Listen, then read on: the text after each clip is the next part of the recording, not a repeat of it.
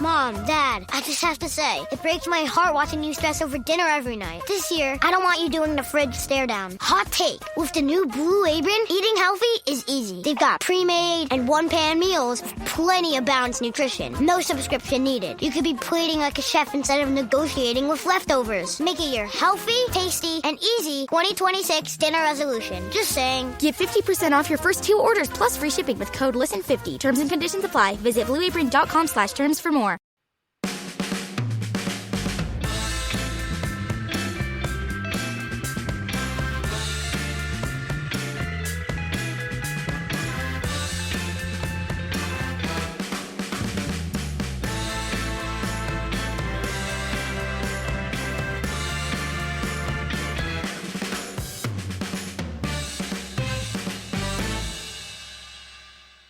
I'm with Matt Ford on today's pod, a regular contributor to UWS and Deutsche Welle, based out in lovely Bonn. How's it going, Matt? Sunny, 30 degrees today on the banks of the Rhine. Lovely. So pretty similar to Manchester. I was just pulling your leg before we came on air and saying, Bonn is a very dull city. But to be honest, I've only ever visited corporate headquarters there, so I don't really know it very well. That's an argument for another day. Yes, yeah. So I heard you on the UWS podcast a few weeks back talking about Qatar and the potential for a Qatari takeover. It kind of seems that, especially in the social media age, that voices of reason are drowned out somewhat. And it's important to have this discussion because if the Qatari takeover happens, we'll forget quite quickly about the impact of the ownership and start thinking about the football. So anyway, that was a long way of saying, let's get into talking about the takeover a little bit. It is Thursday evening, 15th of July, and I'm just timestamping this because as we speak, a Reuters report came out, within the last hour, saying exclusivity was going to be given to the Sheikh Jassim-fronted Qatari bid. The club denied it immediately, which I'm not surprised because they basically have to, otherwise they'll be shifting the share price. Thoughts on where we're at with the takeover? I mean, in terms of inside info, I'm about as clued up as you and everybody else. Yeah. On this, yeah, the carousel continues to move. The whole thing has turned into a pretty unpalatable and unpleasant, drama, soap opera, call it what you will. Yeah. And to be perfectly honest, I feel like it's taken on dimensions which, for being honest, don't even come close to the actual magnitude of what we're talking about. People seem to be following these narratives, media narratives, whatever you want to call them, in the same way they might, follow silly transfer rumours when they get bored in summer. Great, yeah. The whole thing seems to have, I feel like the magnitude has got lost a little bit, really. Yeah, I suppose ultimately I don't want to be accused of taking things too seriously, but I feel like the magnitude of it has got lost, and it's anything but a laughing matter, really. You're talking about Manchester United Football Club, talking about the biggest cultural institution in the city of Manchester, one of the biggest cultural institutions in the United Kingdom and in European and global football. And you're talking about the prospect, maybe not, of that institution, which has meant so much to so many people since 1878, and which has gone through so many highs and so many lows. You're talking, the prospect of that institution passing into the hands of a nation state. Doesn't really matter where that state's from. Could be any nation state to use for their own means. And there's no getting away from that. There's certain elements of all this that you can debate about and have an opinion on. But what's not a case of opinion, or not a case of debate, is why the state of Qatar uses sports clubs or uses football. That's a hard fact, and there's no getting away from that. So that's the prospect of some magnitude, and it's cause for concern, which goes beyond silly social media games. Yeah, well, correct, yes. And I think it's important to frame it in those terms. Of course, there is debate about why Qatar does this. I see in in the bot-driven talking points online, which is basically, well, this is an investment. Of course, it's a fraction of a percent of the Qatari sovereign wealth fund, and you don't make money out of football. So it's not about financial investments, folks. It's about soft power, hard power, and reputation washing. And I think people are getting more educated about that. I do feel that, that has started to become a little bit clear. Where it then, of course, does become a point of opinion is whether you accept all that information, you take all that information on board, and you then decide, in my opinion, okay, I don't care. Yes, and unfortunately, that is true for many people. Yeah. Yeah, and I think if that's the case, that's absolutely fine. But I think that's then the point where you leave the argument, and I suppose then leave it to the rest of us who do care. And that's the only point of sort of opinion divergence, which I think is acceptable on that. Yeah, that's totally right. That you can't change minds through a conversation with someone on Twitter, and people who don't care about who owns the club, as long as Mbappe or whoever is joining will probably never be turned. And we've certainly seen the weaponization of fans at City and Newcastle. Less so Paris Saint-Germain, which is kind of interesting what has happened there in recent weeks. But yeah, look, as you said earlier, the co-opting of an institution for political means, an institution that is 150 years old and means something to as club says, 1 billion people around the world, is very serious. And honestly, although they've inched their way towards the what seems to be the victory line, as I said Thursday, we don't know that yet. 6 billion is probably quite a cheap price to get access to that many people with a deeply emotive institution as well. It's probably quite a sad but maybe predictable consequence of the entire Glazer ownership that it's even come to this. I made the point on the speaking on the United We Stand podcast out in Seville that you mentioned before, saying that I don't think anybody needs to educate me or you or most people involved with any of the fanzines or anything like that. United, what the problems are with the Glazer family. Mm-hmm. I'd go as far as to say the reason that all those arguments have gained so much currency over the past 10, 15 years is because of the work of a lot of the fanzines, often shouting into the void about how dangerous the Glazers are, even at times where United are actually doing okay. Yeah. I mean, it doesn't need repeating that the height of the Green and Gold campaign was during a period where United reached 3 European Cup finals in 4 years. That point doesn't really need making, but I think I find it a bit of a sort of a strange irony, quite a bitter irony really, that having finally had some success with those arguments, having finally seemed to have broken through as to why the Glazers are the problem, and broken through all the nonsense about, but they spend money. No, they don't. Mm-hmm. And how the problems are not necessarily the money being spent, because A, it's United's own money, but B, it's because it's been spent terribly because all the structure and the infrastructure has been neglected. I feel like, finally, I think in 2023, those arguments are now quite commonplace. I think they've become quite accepted. However, you only have to go back 4 or 5 years or so when they absolutely weren't commonplace. And they were like, I remember the one game that springs to mind, Bournemouth. Do you remember the rearranged Bournemouth game under Van Gaal after the supposed bomb, the fake bomb threat in the toilet? There were a few of us thrown out of Old Trafford for having anti-Glazer banners there that night. Obviously, Van Gaal was just about to win us the cup. So again, this is nothing to do with success or lack of. But the irony being that those arguments have finally broken through, but now almost seems to have been turned on their head. That Glazers out has now become so simplified that I agree. That it then almost becomes synonymous with therefore we need Qatar, and I think there's a bitter irony in that. Back when the takeover happened, I felt I was one of obviously there were protests then, and "Day is the Road to Ruin" banner, and all of it. Well, that came later because that was David Gill's phrase, wasn't it? But there were protests then, which I attended.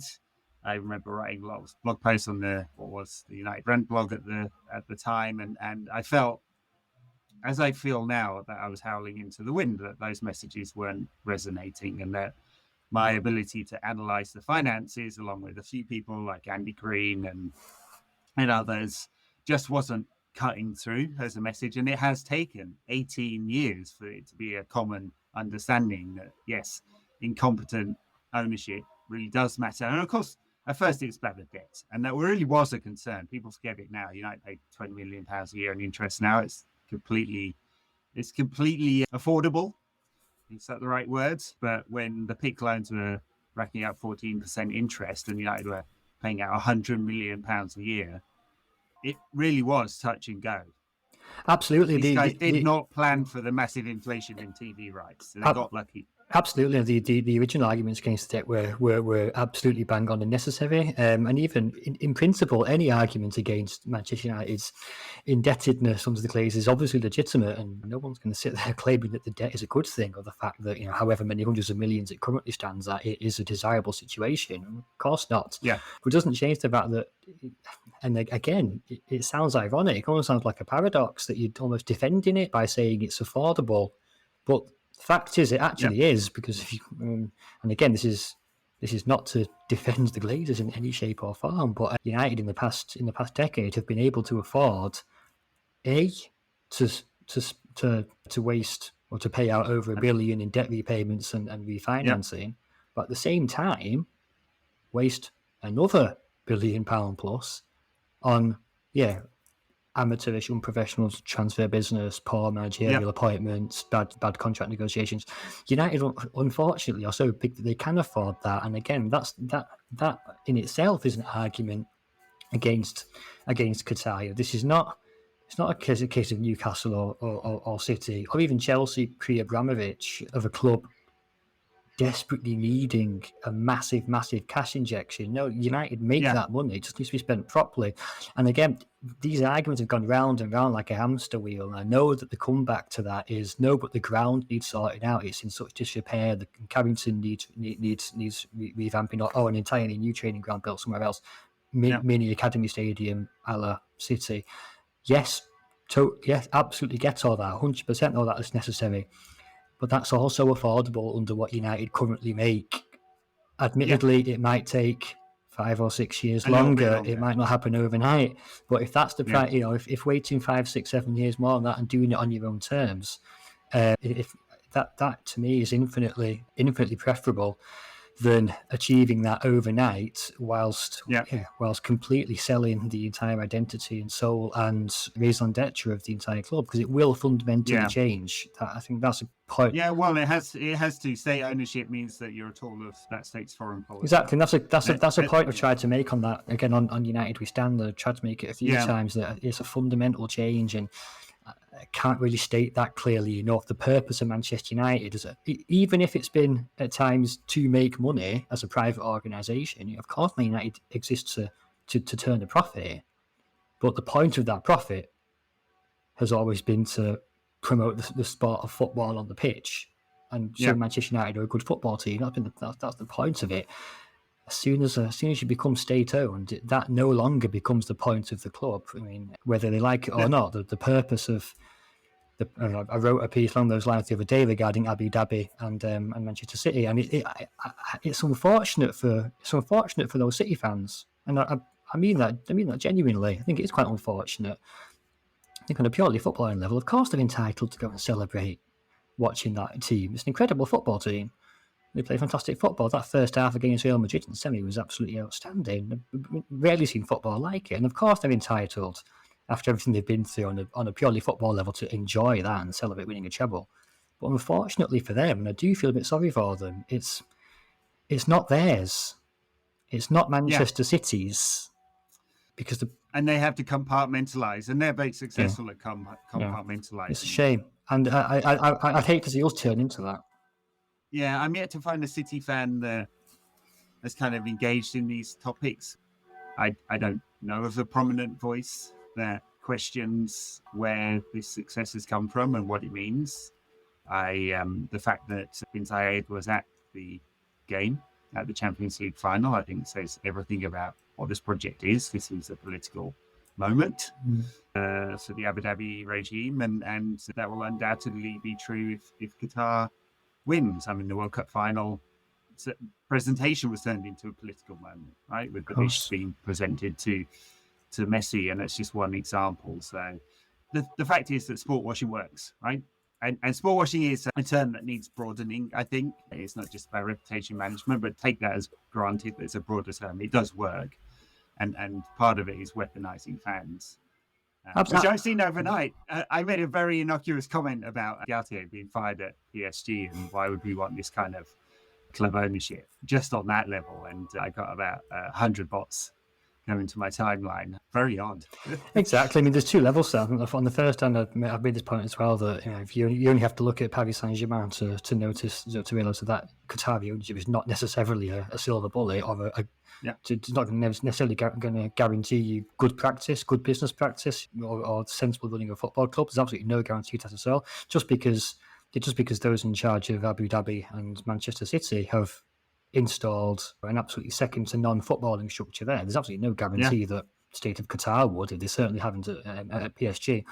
But the other side of it is, again, if you just go beyond the issue of Manchester United in itself, I think we do have a responsibility to football and the game as a whole. So let's look at the bigger picture and ask where it's going. Is it 13 or 14 teams now which are part of City Football Group? 13, yeah. Qatar would be looking to build something similar there. Obviously, if they kept control of PSG, they also have control of, I think it's Eupen in Belgium via the Aspire Academy. Simultaneously, you have a similar structures in place through Red Bull, albeit not necessarily for geopolitical sports washing, but more for promotion of a commercial brand. Although there are actually some political elements to that as well, but that's a different topic. Yeah, and that can't be good for the game as a whole. It's going to increasingly funnel all the money at the top of the game into a tiny minority of elite clubs, and it shouldn't really come as any consolation. Yes, exactly. It should be no consolation to anybody that Manchester United would be part of that. I don't know why you would want Manchester United to be part of that. That's why I think it's such a shame that United, given the fan base that United has, given the size of the club, the sheer power of the football club and its global reach. And maybe I'm being idealistic, but I wish Manchester United and its support would recognise they can stand for something different. United are big enough to stand on their own 2 feet. I recognise the challenges competing against nation states, competing against Russian oligarchs or Austrian drinks manufacturers. Yeah, of course, not easy. But if there's any football club that could do things differently and stand on their own 2 feet, it's Manchester United. Correct. Yeah, I think a decent example there, and again, nothing's perfect, but a decent example is Bayern Munich, where I'm based in Germany. Who, they don't have it easy. It's a constant balancing act. It's a constant back and forth between the supporters and the club. But generally speaking, they do tend to get it right. Like balance between being a massive commercial global juggernaut, but also remaining what is ultimately a supporter-owned football club. Right. Yeah, and that's not going to happen at United. Clearly, beyond that, it would take fans raising a few $1 billion, pounds, euros to make that happen. So I think we can forget that for the time being. Yes, interesting. I heard some of the lads from the Newcastle Fans Against Sports Washing group on a podcast the other night. I think they were arguing along similar lines, and obviously that's not possible. And of course, it's not possible for a group of football fans to raise £6 billion. However, as unlikely as it might seem, I think this was the point made by Nick McGeehan of Fair Square. Yeah, that at least on a political level, I think the one way you would change that ownership model would be through legislation. And of course, it might seem a long way away, and certainly under the current UK government, I certainly can't imagine them legislating to effectively expropriate a load of extremely rich foreign investors, particularly in the current situation that the British economy finds itself in. I also couldn't see the current opposition doing that either. So, however, and this was the argument that Nick was making, if you do aim big, you can start small and aim big. And if the aim would be to push through something at a governmental legislative level, whereby even if fans would never have full control or 50+1 or anything, but at least some sort of some sort of golden share, guaranteed seat on the board on certain issues which affect fans and ticket prices, things like that. If you could have that, that would be a starting point. And by all intents and purposes, that's actually what Must seemed to be aiming towards with the fan share scheme. Which they were negotiating with the Glazers, but obviously that's now. I spoke to Must about that. It's actually tragically the last discussion that I had with Ian Sterling tragically was precisely on that question. How does that stand now, given that the Glazers have launched their strategic review? And he said, well, it's obviously on ice because that deal, whatever you think of the Glazers and Ian Sterling and Must and Chelsea and the rest of them, were certainly no fans of the Glazers, but they were at least listening to that. And for me, that would have been something different. That would have been Manchester United as a football club, as a fan base, as a city, having some say and standing for something different. Yeah. This road we're going down now, however, is the complete opposite, and that's sad. It's very sad.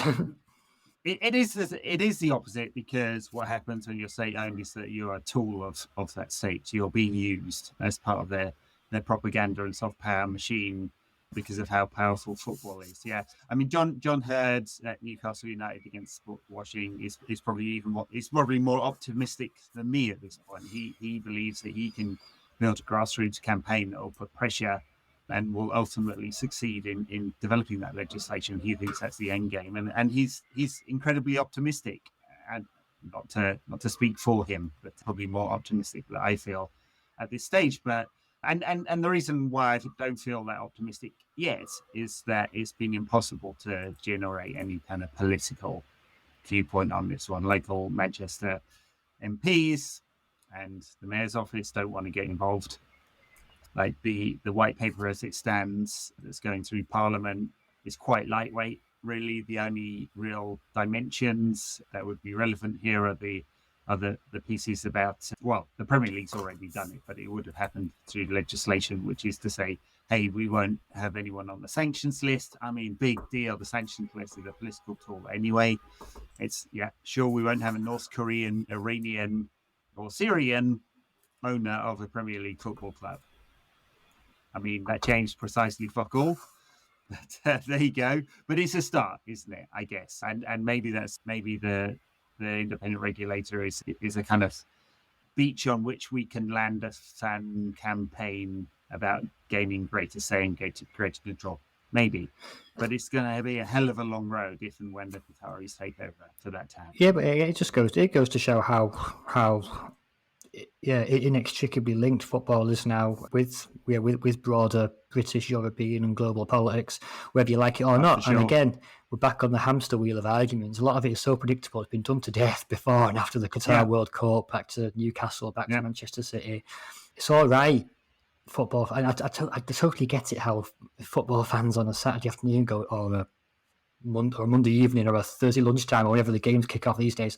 I can totally understand why that's a distraction. The last thing you want is to be told and lectured about geopolitics and foreign investments and stock market shares. It's dull. It's boring as anything. Totally get it. However, whether you want your football or your football club to be involved in any sort of politics, whatever you understand politics to be, whether you want that or not, it's actually irrelevant, because it is. It's an undisputed. Because it's all about you saying, "Oh, I don't want politics in my football." Yeah, well, politics wants your football, and it's too late for that. And it's directly linked into the situation the United find themselves in, or the Premier League finds itself in. The Premier League won't pass rules on supporter ownership. If you're hoping the UK government will, they won't, because as we touched on before, the UK government finds itself in a situation post-Brexit where it's absolutely desperate for large-scale, massive foreign investment, which comes from outside of the European Union. And at a time when energy prices are incredibly high, they want that foreign investment to come from energy-dense countries. And And Qatar is I think the world's third largest reserves of hydrocarbons. It sounds ridiculous to be talking about this in the context of your football club, but that's the world we're in, and there's no point closing your eyes to it. And again, come back to that issue of opinion that we said at the start. If ultimately you take all the information on board and go, yeah, I get that, yeah, understand, that's okay, I understand all that, and then you decide, but it's my choice to say, no, I don't care, I just want to go and watch Man United. That's your prerogative. I think that's absolutely fine.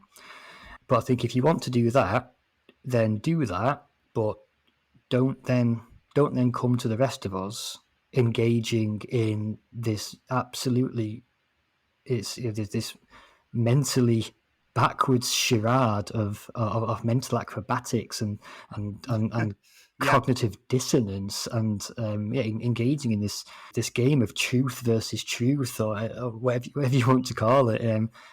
Because there is no argument to be had, and if you just want to accept it and move on, then okay, accept it and move on. But don't then go and tell the rest of us that we're all somehow, I don't know, whatever, we're all somehow being duped or whatever.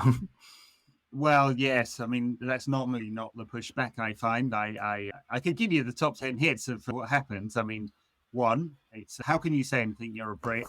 Look at what the British government have done over the years. And by the way, I think the British government's invasion of Iraq and Afghanistan is a war crime. I'm happy to say that. I think it's a war crime. Doesn't have a lot to do with this because, as far as I know, Rishi Sunak is not prepared to get into the bidding. And I would protest against any state ownership, even from the most benign states. I think it's a cancer on the game. But the funny thing is, it's not benign states that are bidding for clubs. Yeah. So that's one. It's normally, hey, you're a Briton, look at your crimes. No, it's colonialism. It's a lot of whataboutism. Yeah. Oh, the next one is normally, Ed, you're being Islamophobic or Arabophobic, and you just don't like people who are brown. Happy to say again, be quite happy for a Arab Muslim or a non-UK owner as long as they respect the values of this club and they don't murder people. It's quite a low bar. I'd like them to be competent owners as well. Maybe that's the second bar to clear. And then a whole bunch of other whataboutism. It's a private owner. It's not a private owner. Qatar is an absolute monarchy. He's the son of the former prime minister, which is not a political position. It's a family position. He was the state representative on the Credit Suisse board for 8 years, which might tell you something about his management props. Not very good. So he's a state representative. If he exists, we haven't actually seen him yet in the flesh, I don't think. Yeah, finally, particularly the support that seems to, seems difficult to know because it's difficult to know what's a real social media accounts or what are not. But some of the support which seems to come from, I think, particularly across the Middle East, it sometimes quite a. I can't quite place necessarily necessarily from what angle it comes from. Obviously, Manchester United have support all over the world, and as we were saying off air, actually, it's something which I personally find absolutely fascinating. It makes me quite proud and blows me away. I've been to watch United all over the world. I've stood in stadiums in Singapore, in Bangkok, surrounded by 80,000 people from a completely different corner of the planet to me, but all stood wearing the football shirt of a team who I grew up 5 or 6 miles down the road from. Yeah. And I think that's fantastic. Everywhere you go in the world, you get spoken. You mentioned Manchester, you get the same list of things that get said to you. Wayne Rooney, Alex Ferguson, Man United, Old Trafford. It's fantastic. You can even if United aren't in town, there's a supporters club in every large city. You'll always find someone to have a beer with or have a cup of tea, and it's fantastic. And that applies to the Middle East as much as anywhere. However, I'm not sure if it's really legitimate to then, if this is what people think, to then say, well, someone who's of Middle Eastern background or from anywhere really, to say, well, therefore, I want to see United owned by someone from my particular part of the world. I think as much as the support is fantastic, I don't really see where anybody has the right to then sort of co-opt Manchester United for themselves, because even then they're then using Manchester United for ulterior motives, which I think is quite sinister and not particularly fair. on United fans from other parts of the world, whether that is Manchester or the UK or anywhere else. I don't see why anybody should have any God-given right to co-opt the club for ulterior motives. No, but the messaging is interesting, and it is interesting that there appears, at least anecdotally to me, a very different viewpoint from, let's say, match-going Reds. People are regulars, and the kind of the wider world of the massive Manchester United's 1 billion followers.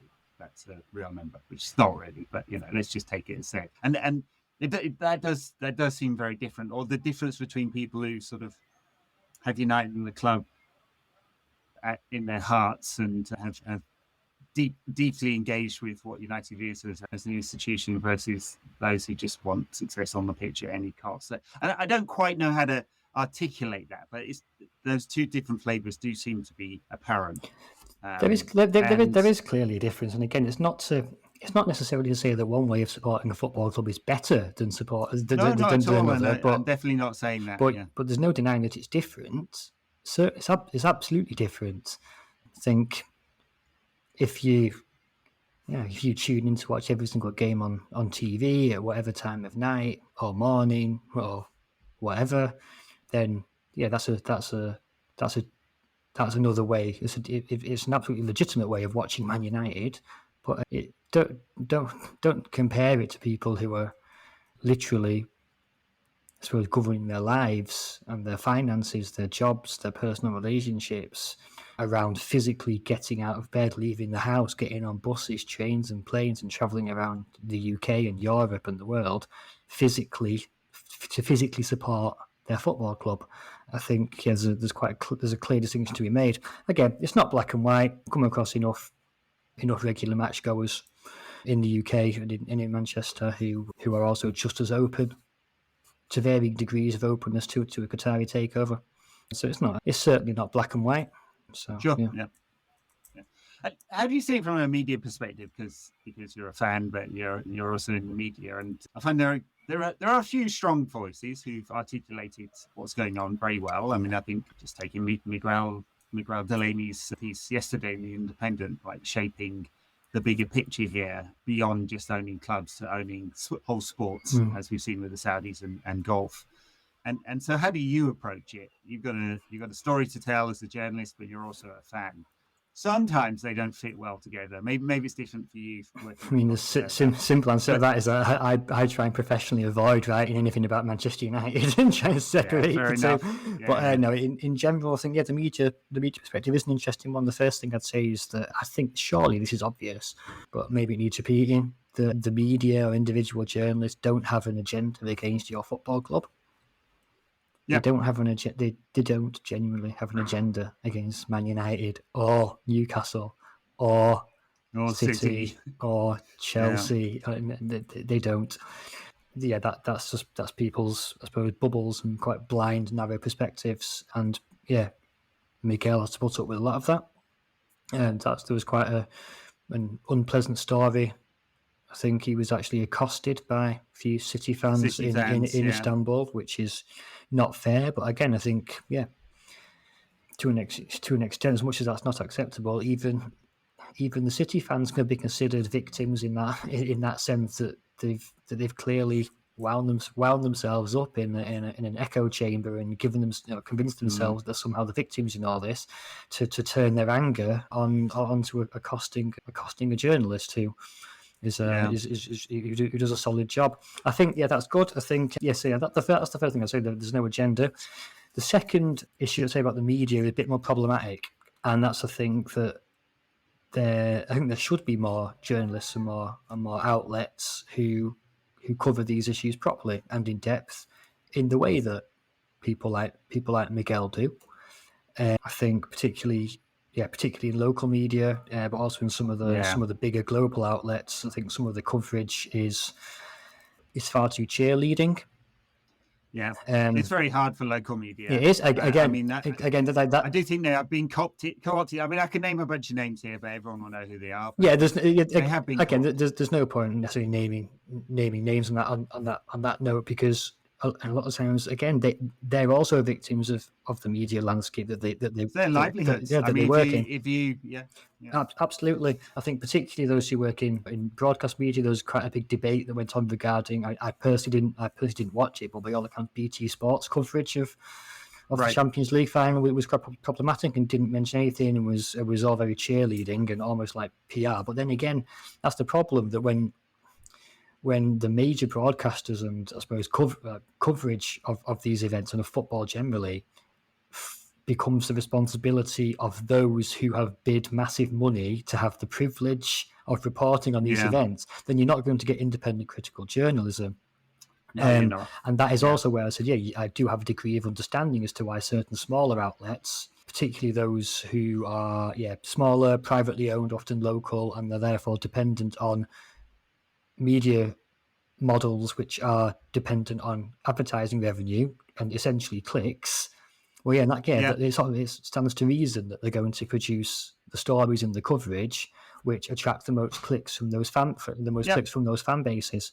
And as we said before, those stories are not the big problematic political issues around the game, because, as we said, they are unfortunately boring and a bit difficult on different levels. People don't want to engage with them, and I understand why. No one wants to be going to football to be told about geopolitics in the Middle East. You want to go to football to stand there and have a pint.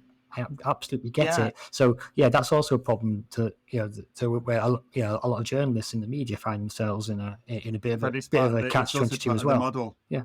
They do. It's part of the model. During the World Cup, this kind of interesting. Fox, who had the rights to the World Cup here in the US, where I'm based now, weren't going to put a studio in Doha, and they were going to do it all from the US. And the coverage generally is absolutely abysmal on Fox. They truly do not attempt to make an effort with providing any insight.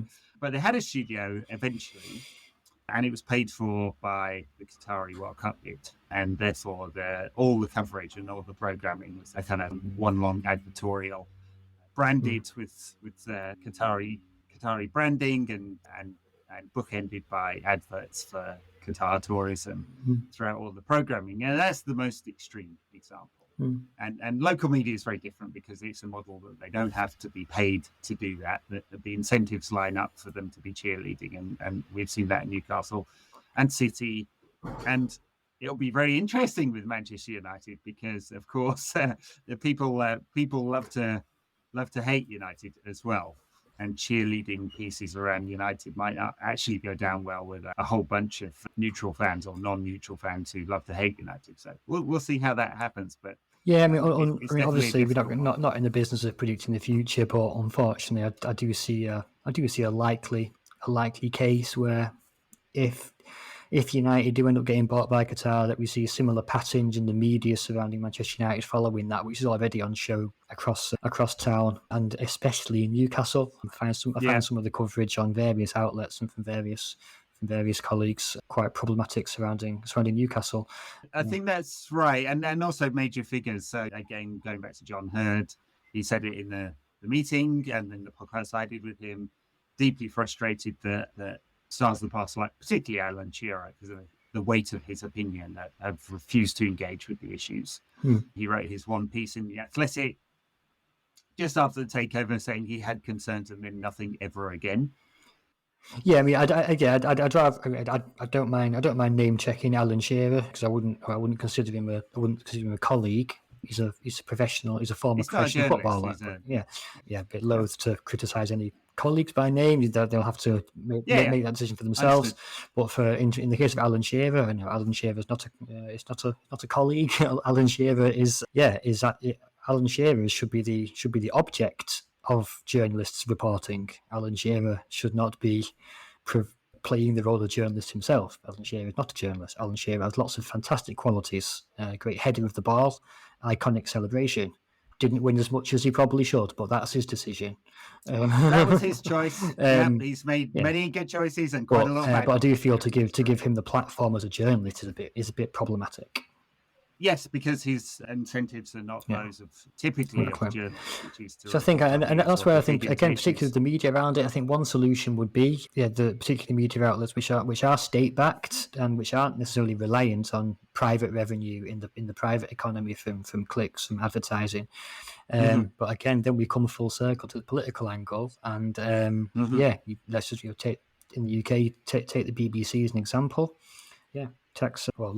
License fee funded, then you have all the political debates around the license fee and the extent to which the government of the day exerts influence on the BBC or not. Given that this takeover is in itself a geopolitical transaction between nation states, you then have to have concerns about the extent to which the BBC would cover that. And again, that's just potential hypothetical concern, not necessarily suggesting right now. It's a very legitimate one. Yeah. I think that, as we know, with the Newcastle takeover, the government got highly involved.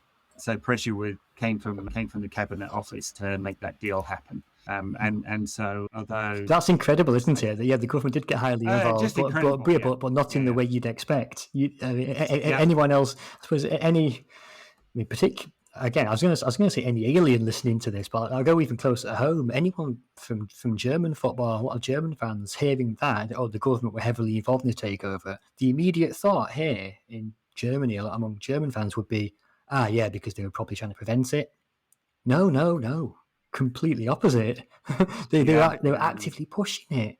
And again, it's all been discussed, but the reason that Saudi takeover of Newcastle was blocked for a year was not because the government or anybody else in the UK was trying to put a spanner in the works regarding concerns about Qatar. No, it was purely because the Premier League was unhappy that its broadcast rights were being pirated across the Middle East. Yeah. Is there anything we can learn from German fan culture? So, and I say that because recently the Bundesliga 1 and 2 clubs voted against taking private equity money. I mean, it was close, very, very close to part of German football being owned by private equity, but they're not, and I'm sure fan pressure played a significant role in that. So is there something we can learn from the strength of football culture in Germany? Massively. I mean, again, maybe you're definitely preaching to the choir here, and in my opinion, I've been reporting on German football and German fan culture, German club ownership, and the politics and the finances of German football for the best part of 6-7 years. English football can learn a massive amount from German fan culture. German fans, admittedly, too, have a slight advantage in the fact that they do exist in the world of the 50+1 rule. And again, just to give a maybe quick explanation to people who aren't quite aware, it's basically the German Football League regulations stipulate that the parent club of any football club, its parent club, its members, must always retain 50% control of the private company which operates the football team. It's a private company often. And they must retain 50% control of that plus one vote. That's where the term 50+1 comes from, and that basically prevents any external investors, entities, whoever it might be, ever obtaining a controlling voting stake in the club. So German football fans exist in that universe. I have to explain this to Germans quite a lot, actually. That's a fundamental difference to English football. And English football clubs, ever since their foundation in the 19th century, have always been privately owned. Always. They've never been democratic organisations. They've always been privately owned. Completely different in Germany. When German football clubs were founded in the 19th century, they weren't founded as private entities. They were founded as democratic members associations. And that has to do with German social history. That sort of thing was popular at the time. And that effectively remained that way. No one ever sat down in 1860 when they founded 1860 Munich and said, we want the members to have full control in 2023. It's a bit of a coincidence, really, but that's the environment they live in. So to an extent, German fans have it a little bit easier because you see all the fighting and the campaigning and the protests and the engagement that they all go through on various topics. They're doing that because they're fighting to hold on to something which they have. And obviously it's much easier to do that than it is to campaign and fight for something which you don't have. And as we said before, British fans, English fans don't have control of their clubs. Our clubs belong to private entities, whoever they may be. So there is that little caveat that German fans have it easier. Nevertheless, that state of play would have changed years ago had German football fans not been as engaged and as organised and as militant and as attentive as they have been. There's all sorts of voices across German football who would like to see 50+1 scrapped, who would like to see German football opened up to investors totally in the same way the Premier League is. Yeah, you spoke about the issue we had just last month in Germany, where there was a plan to basically sell stakes or sell a stake in future TV broadcast revenues to a private equity investor in German football, and the fans campaigned against this because they suspected that obviously this would be done in exchange for an immediate €2 billion investment in the Bundesliga and Bundesliga 2. But a lot of the fans effectively had suspicions and fears that the price to pay for that would not just be a stake in future revenues, which in itself is a gamble on future money, but would also be, well, no, what other de facto influence would this private equity investor then have across our league? Would they then start insisting on changing kickoff times to suit foreign audiences? Would they then start insisting on playing the Super Cup, so Community Shield, playing the Super Cup abroad, as has been mooted in Spain, Italy? Would they even go as far as the idea of the Premier League 39th game, that sort of thing? Has been mooted in Germany as well. All these issues, would they start even, pushing for 50+1 to be scrapped and reducing the influence that members have? So for all those reasons, the German fans took to the barricades over the past few months. And ironically enough, and again, this is where, as you said before, a lot of the arguments in this come down to whataboutism and accusations that somehow people have ulterior motives. But when you consider the fact that the two fan bases leading the protest against this, and remember the argument behind the proposal was to make German football more competitive, to enable the big German clubs in Europe to compete better. In other words, Bayern Munich and Borussia Dortmund. Yeah, and yet those two fan bases were the ones leading it, particularly Borussia Dortmund. That's a Borussia Dortmund support and a team who have literally just seen their team throw away the league title for the 11th year in a row. They would stand, their club would stand to benefit most from this. Yeah. And yet they were the ones leading the protests. Yeah, they see the bigger picture. Because they see the bigger picture. And I've found a pretty incredible change over the past, actually I've been doing this professionally for about 6-7 years, but I've been in and around Germany for 10-11 years. And there's been a change even in that time. I remember 11 years or so ago, it would be so common that every German football fan you met, they would hold English football and Premier League football and English fan culture in such high regard. They refer to England as the Mutterland des Fußballs, the motherland of football. Yeah. They wax lyrical about Anfield, about Old Trafford, about Villa Park, about English stadiums and English songs. And it's annoying. They all sing "You'll Never Walk Alone." They think, it's annoying as United fan, but they think it's like a typical English football song, and they think it's romantic. Yeah. However, over those past 10 years, you've had a massive increase in social media and football and in cheap flights, and in this trend of German fans increasingly going over to England, particularly during the German winter break to watch Boxing Day football in the UK. Right. And also go to the darts. They love the darts. And you've seen as a consequence that they started coming back from these trips and going, oh yeah, I went to Old Trafford, but it cost me it cost me 50 quid and the atmosphere was rubbish.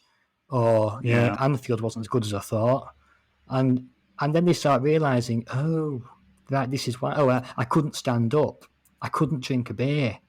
Yeah, there was too much police outside. I definitely seen this change in opinion in Germany regarding English football, and particularly with the sellouts at Manchester City and at Newcastle. Those clubs are seen in pretty dim terms now. There was a really and you see the banners. Absolutely, that's going to be my next point. For the fans, not for that's going to be that's a key point. I do worry for the future of European football though, because I mean this was turned down, but a bigger amount of money may come later. Who knows? Italy desperate for money. You can see not only private equity, but maybe nation states even buying into the league there. And France the same, and COVID had a really profoundly significant effect on the finances of football around Europe. Maybe not so much in the Premier League because the TV rights deal, which was rolled over, kind of protected Premier League clubs. But that's not true.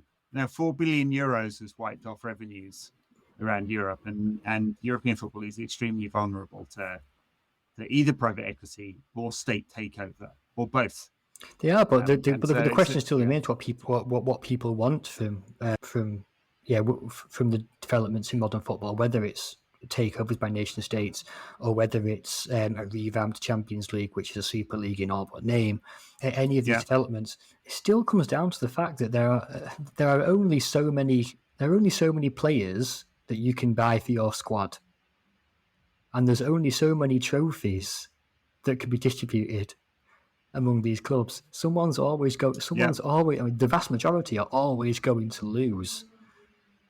It becomes a rat race, and the general consensus across German football certainly is that people just don't want it. There's no appetite for it, and I think increasingly if everyone wants to go and create a Super League together, then by all means go for it. But football will continue, and that's why I think, again, maybe I'm too artistic on that. Maybe I've been involved in German football for too long, but I would have, like I said before, given the status of Manchester United and given the power that Manchester United have and the finances behind United, I'd love to see United take a stand on that and stand for something different.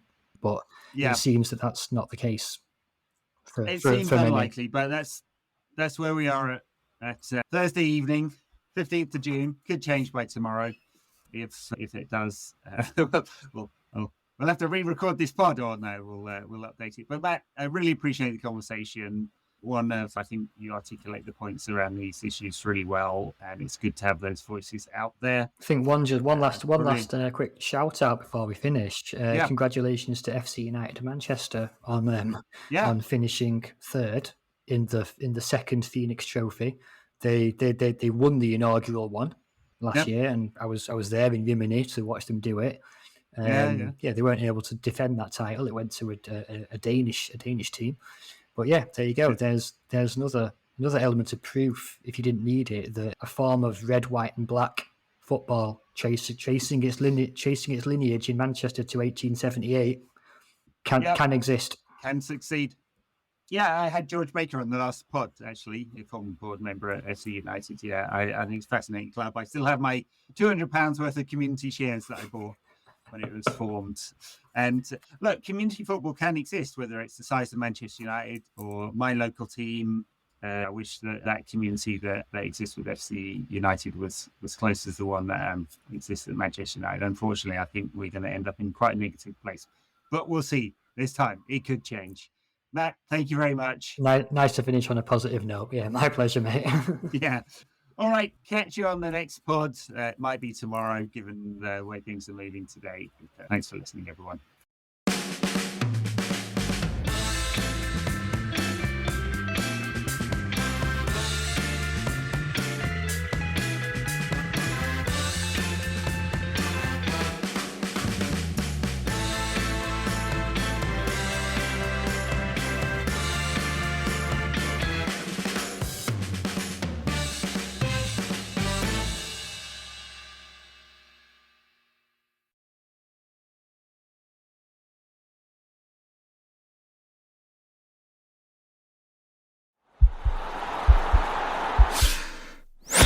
This podcast is part of the Sports Social Podcast Network.